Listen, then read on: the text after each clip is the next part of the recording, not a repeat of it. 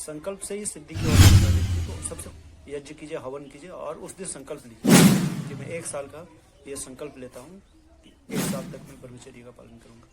और दूसरी चीज, आपको ज्ञान भी होना चाहिए। अगर ज्ञान नहीं है, और इसमें एक विशेष बात का ध्यान रखना, व्यक्ति का कमेंट आया कि हाउ टू फॉलो ब्रह्मचर्य फ्रॉम बिगिनर्स। तो अगर बिगिनर्स हैं, अभी करना चाह रहे हैं, तो अभी जो विंटर सीजन है इस पर मैं बताऊंगा। तो देखिए, सर्वप्रथम क्या है कि आपको एक संकल्प लेनी होगी। संकल्प से ही सिद्धि की ओर बढ़ता है व्यक्ति। तो सबसे पहले संकल्प लीजिए, और संकल्प लेने का सबसे अच्छा उपाय है कि आप यज्ञ कीजिए, हवन कीजिए और उस दिन संकल्प लीजिए कि मैं 1 साल का ये संकल्प लेता हूँ कि 1 साल तक मैं ब्रह्मचर्य का पालन करूंगा। और दूसरी चीज, इस पे सबसे आवश्यक है व्यायाम। आपको नियमित रूप से व्यायाम करनी है, एक भी दिन ऐसा ना हो कि व्यायाम आपको छूट जाए।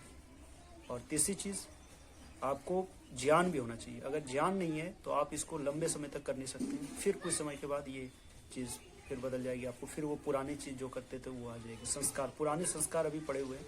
तो इसलिए क्या कीजिए कि आप ज्ञान को बढ़ाइए। ज्ञान को बढ़ाने के लिए आप दर्शन आदि पढ़ सकते हैं, गीता आदि का अध्ययन कीजिए, थोड़ा बहुत उसको पढ़िए। और इससे क्या होगा कि अंदर से आपको ज्ञान होगा और पता चलेगा वास्तविक की वास्तविक चीज़ क्या है।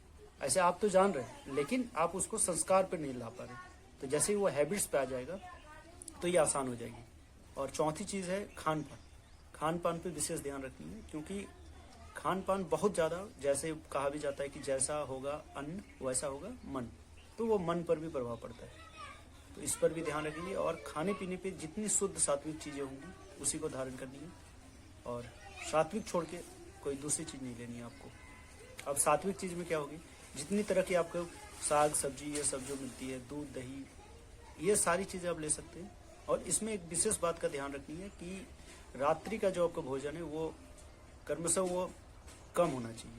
जैसे उदाहरण के तौर पर समझाना चाहूँ कि अगर आप 4 रोटी ऐसे की भूख है आपको, तो 3 रोटी खानी चाहिए। 1 रोटी के लिए वो जगह थोड़ी सी बनी रहनी चाहिए। अगर रात्रि में बहुत ज़्यादा खा लेते हैं तो फिर ये ब्रह्मचर्य नाश जैसी समस्या फिर हो जाती है। ऐसा इसलिए होता है क्योंकि रात्रि में हम कुछ काम नहीं करते हैं, रात्रि में सिर्फ विश्राम करना होता है। तो आप विश्राम करते हैं तो उसमें कम भोजन लेंगे तो कोई समस्या नहीं होती है। हाँ, इसके बदले आप दोपहर को थोड़ी ज़्यादा भी अब ले सकते हैं, कोई समस्या नहीं होती। तो इस प्रकार से ये भोजन का भी आप संतुलन रखेंगे। और आप सब अगर कमेंट कर रहे हैं, आप सब देख रहे हैं, तो आपके अंदर वो ऊर्जा है, आप कर सकते हैं। आप अपने वासना को उपासना में बदल सकते हैं। तो आज से ही संकल्प लीजिए। और कोई प्रश्न है तो इस प्रकार कमेंट